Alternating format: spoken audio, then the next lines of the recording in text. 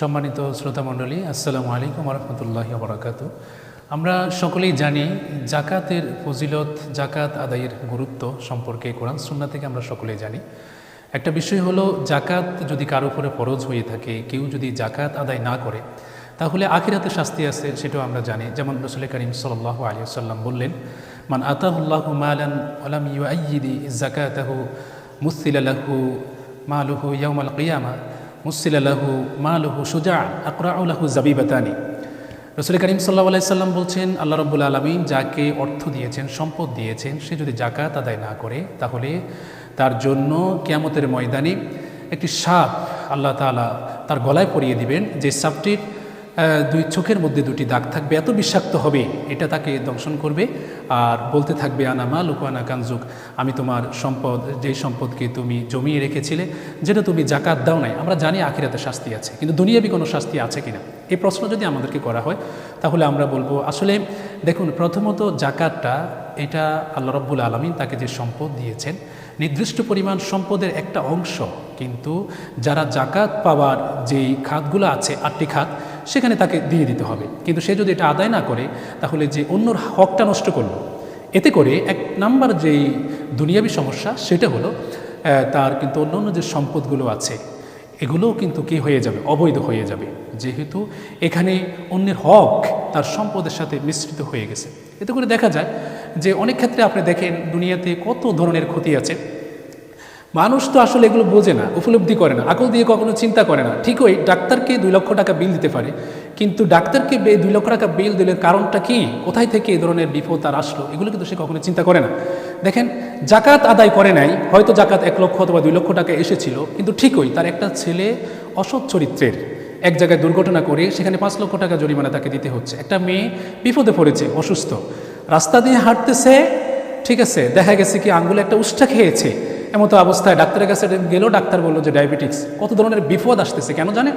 একটাই কারণ, সেটা হচ্ছে সে অন্যের যে হকগুলো, এই হকগুলো আদায় করতেছে না, এগুলো তার বিপদ আকারে কিন্তু দুনিয়াতে আসে। এখন আপনি কি বলতে পারেন যে তাহলে বোঝা গেছে ইসলামিক ফরজ বিধান এগুলো পালন না করলে কি আল্লাহ শাস্তি দেয় না? ব্যাপারটা হচ্ছে যে এমনটা না। আপনি যেমন আল্লাহ রাব্বুল আলামিনের যে হকগুলো, এগুলো যখন আদায় না করবেন, তাহলে কিন্তু আল্লাহ রাব্বুল আলামিন একভাবে আপনাকে রহম করবেন অথবা দয়া করবেন, শাস্তি দেবেন। সেটা আল্লাহ তাআলা কখনো দেন, কখনো দেন না, কখনো তাৎক্ষণিক দেন, কখনো আল্লাহ তাআলা দেরি করেন। কিন্তু বান্দার যে হকগুলো, এগুলো যদি আপনি আদায় না করেন, তাহলে কিন্তু দুনিয়াতে যে শাস্তিটা, এটা কিন্তু আপনি তাৎক্ষণিক পাচ্ছেন। আপনাকে এভাবে বুঝতে হবে। আল্লাহ রাব্বুল আলামিন রাসূল করিম সাল্লাল্লাহু আলাইহি সাল্লামকে জানিয়ে দিলেন, সূরা তাওবার 103 নম্বর আয়াতে আল্লাহ তাআলা বলেন, খুয মিন আমওয়ালিহিম সাদাকাতান তুতাহহিরুহুম ওয়া তুযাক্কিহিম বিহা, যা আপনি তাদের থেকে, তাদের সম্পদ থেকে জাকাত আদায় করুন। এই জাকাতের মাধ্যমে আপনি তাদের সম্পদকে আপনি পবিত্র করুন এবং তাদের সম্পদগুলোকে বরকতময় করুন। তাহলে বোঝা গেল জাকাতের মাধ্যমে সম্পদটা কি হয়, পবিত্র হয়। যদি জাকাত কেউ আদায় না করে, তাহলে নিশ্চিত তার সম্পদটা অপবিত্র হয়ে যাবে। তাহলে অপবিত্র এই সম্পদ দিয়ে আপনি সমাজ চালাচ্ছেন, আপনার পরিবার চালাচ্ছেন, আপনি নিজে এটা ব্যয় করতেছেন, খাবার খাচ্ছেন, এই সব কিছু তো হারাম হয়ে যাবে। আর হারাম করলে তো আপনার ইবাদত কবুল হবে না। একদিকে দেখা যাচ্ছে আপনি দুনিয়াবি হাইসিয়াতে আপনি জাকাতটা আপনি কেন আদায় করবেন? আপনাকে কোরআন হাদিস দিয়ে তো আল্লাহ তাআলা যেখানে নামাজের কথা বলেছেন, সেখানে আল্লাহ তাআলা জাকাতের কথা বলেছেন। আপনি জানেন এটা, ওয়াকিমুস সালাত ওয়া আতুজ যাকাত, যেখানে নামাজ সেখানে জাকাত এসেছে। আর আল্লাহ রাব্বুল আলামিন কিন্তু দেখেন, আপনি যদি শুধুমাত্র কোরআন সুন্নাহ দিয়ে আপনি এটা চিন্তা করলেন, আর আপনি আকল দিয়ে চিন্তা করেন, একটা রুমের মধ্যে আপনি একদিকে একটা জানালা দিলেন, বাতাস ঢুকবে, ঠিক বিপরীত দিয়ে কিন্তু আরেকটা জানালা রাখেন, কেন রাখেন? বাতাসটা বের হবে। তাহলে দেখেন, একদিকে আপনি খাবার খেলেন, খাবারটা কিন্তু যখন আপনি আবার কি করতে হবে, হজম করতে হবে, সেখানে কিন্তু আপনি ওয়াশরুমে যেতে হচ্ছে। আপনি যদি এখন বলেন যে না, আমি রাগ করছি, আমি ওয়াশরুমে যাবো না, আমার পেট খালি হয়ে যাবে, ভাই এটা কোনো কথা হলো? আপনি তো অসুস্থ হবেন, হাসপাতালে যেতে হবে। তাহলে দুনিয়াবি হাইসিয়াতে হয় কি, আপনি গিভ অ্যান্ড টেক, আপনাকে যেটা আপনি আদান প্রদান, এটা চলবে, ঠিক আছে। কিন্তু আপনি মোবাইলে কথা বলেন, সেখানে আপনি দেখেন আপনার মোবাইল কোম্পানি টাকা কেটে নিচ্ছে, কিন্তু আপনি আবার কিন্তু সরকারকে কিন্তু কি ব্যাট দিচ্ছেন। কেন দিচ্ছেন? সরকার আপনার জীবনযাত্রার মানে নিরাপত্তা দিচ্ছে, সরকার আপনাকে মোবাইলে কথা বলার ব্যবস্থাপনা করে দিয়েছে, এই সকল কিছু সরকার ব্যবস্থাপনা করতেছে, প্রযুক্তিতে সরকার এগিয়ে যাচ্ছে। কিন্তু যে কোনো সরকারি হোক, তাহলে সরকারের এই আপনার দেশের নাগরিকদের এই দায়িত্ব পালন করার কারণে সরকার কিন্তু একটা ব্যাট নেয়, কর ফাঁকি দিলে মামলা হচ্ছে।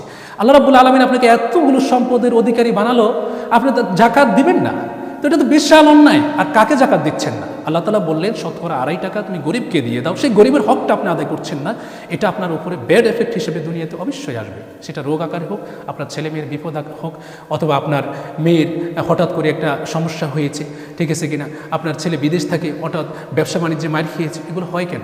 জাকাত আদায় করুন এবং অর্থনৈতিক ব্যবস্থাপনাকে সুশৃঙ্খল রাখুন। আল্লাহ তাআলা যেভাবে বলছেন, খুজমিন আমওয়ালিহিম সাদাকাতান তুতাহিরুহুম, জাকাত আদায় করো আর তোমরা পবিত্র থাকো, এবং এই জাকাত আদায়ের মাধ্যমে অন্তর পরিশুদ্ধ হয়। আসুন জাকাত আদায় করি, বিশ্ব অর্থনৈতিক ব্যবস্থাপনাকে আমরা সুশৃঙ্খল করি। আল্লাহ তাআলা আমাদেরকে তৌফিক দান করুক।